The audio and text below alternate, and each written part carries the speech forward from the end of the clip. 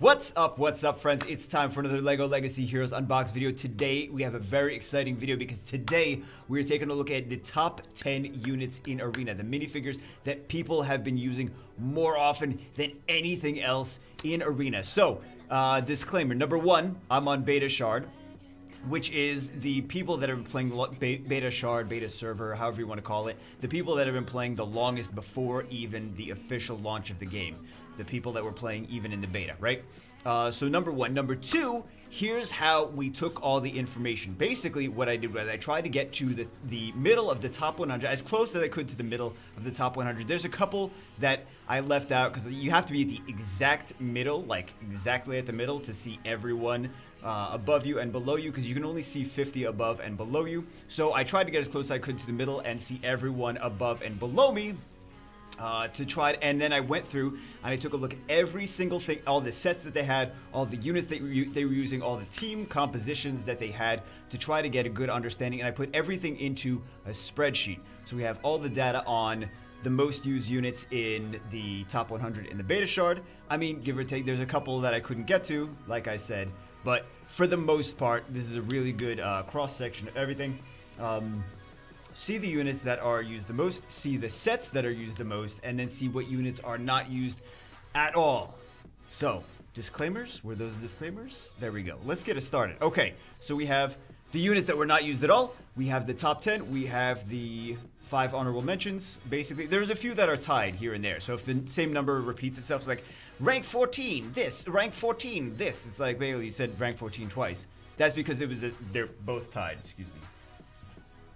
And then the sets. So I have also the percentage of sets, what is used more than anything else. Okay. That being said, I talk so much, man. Well, I wanted to get everything out. Okay. These units were nowhere in the top 100. Not even once. There's a few that were like not even that great. Like Street Sweeper Cell was actually used once. Headley was used once. Naya was used twice. I saw a couple of these here and there. Businessman was used twice as well. And it wasn't even in my team. It wasn't in my team. So these units were not at all seen. Crook Chuck, Chicken Suit Guy. I know all the new players like, no, Chicken Suit Guy, really? Poppy, Paramedic Poopy. Hot Dog Man, Private LeQuay.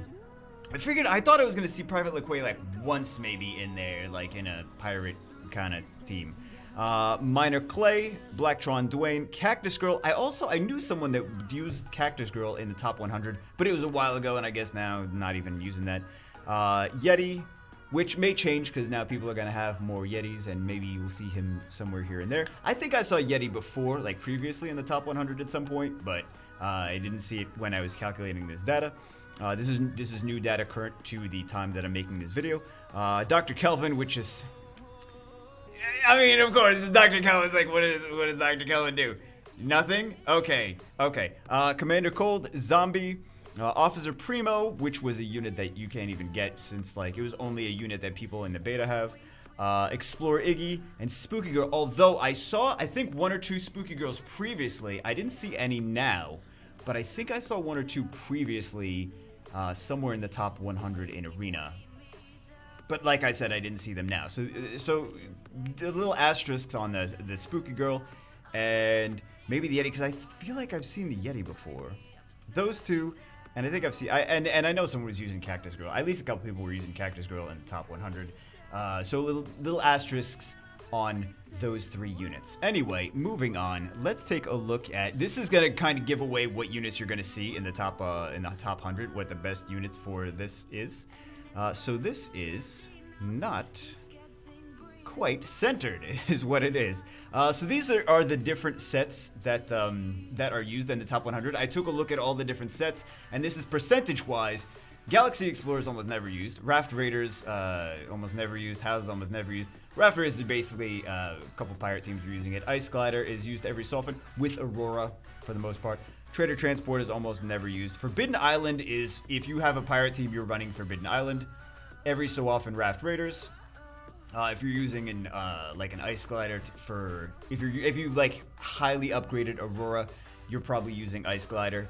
And Guarded In, most people are using Guarded In. 65% of the people are using Guarded In. That's crazy. That's a lot of people. 65% of the people were using guarded in.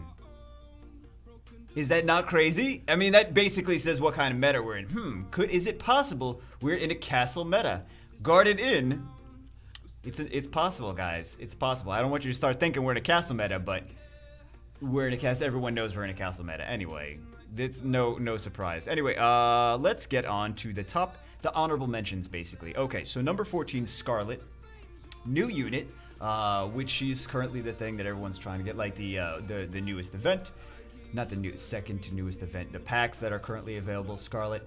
I feel like she's going to be... I feel like still people are building her, so she's probably going to be moving up in the list.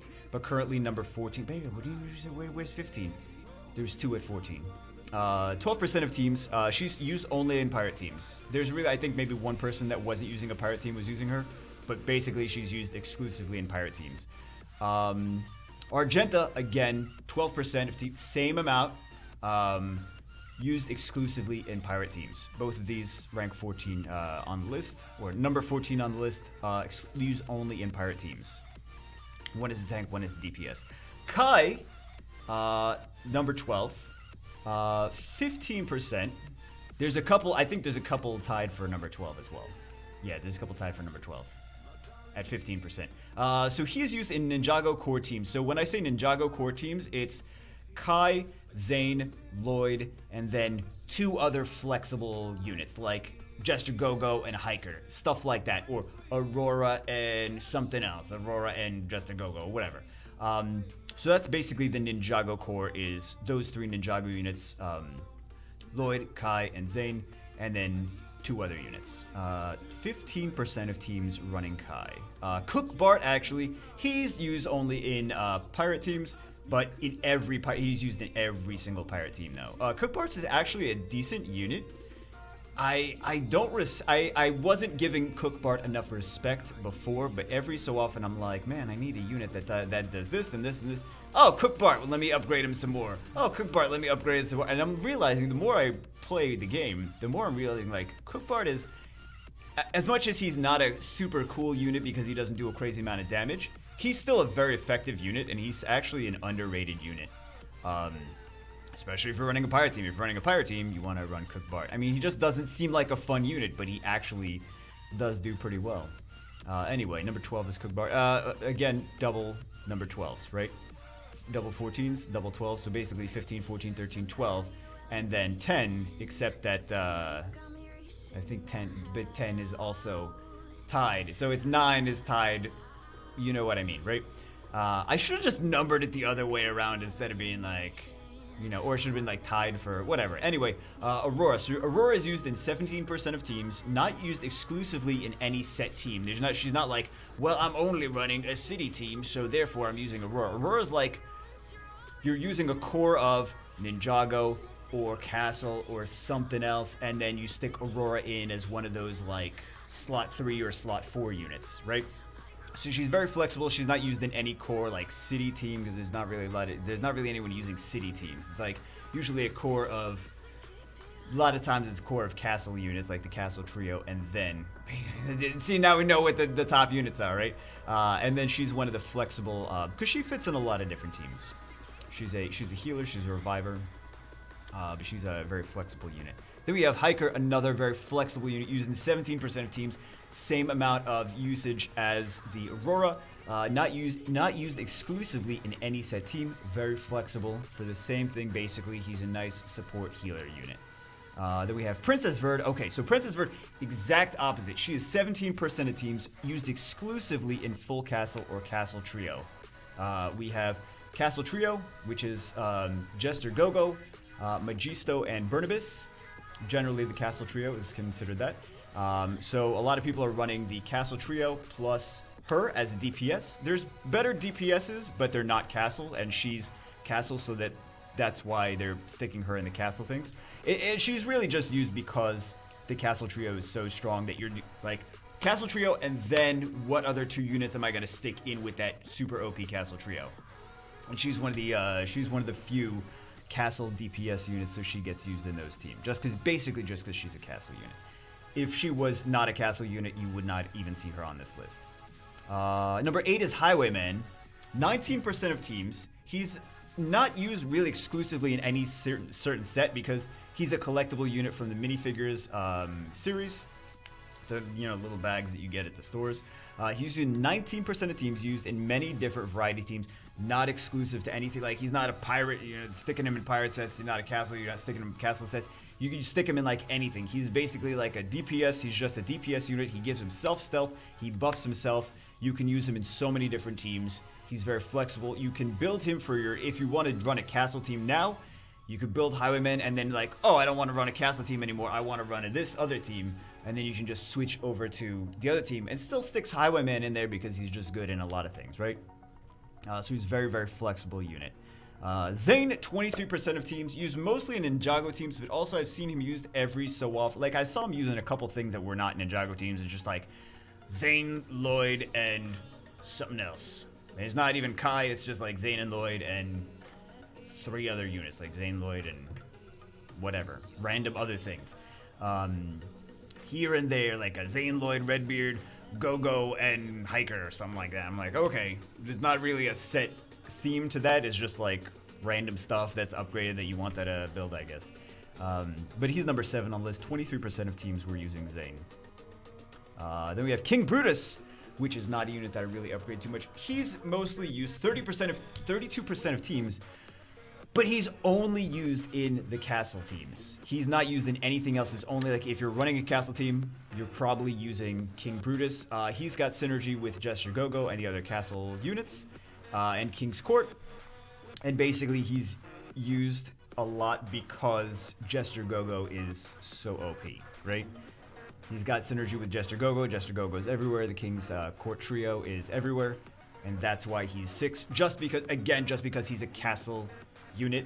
If he wasn't castle, he would not be on this list probably. Or he'd be like definitely like 12 or something like that maybe.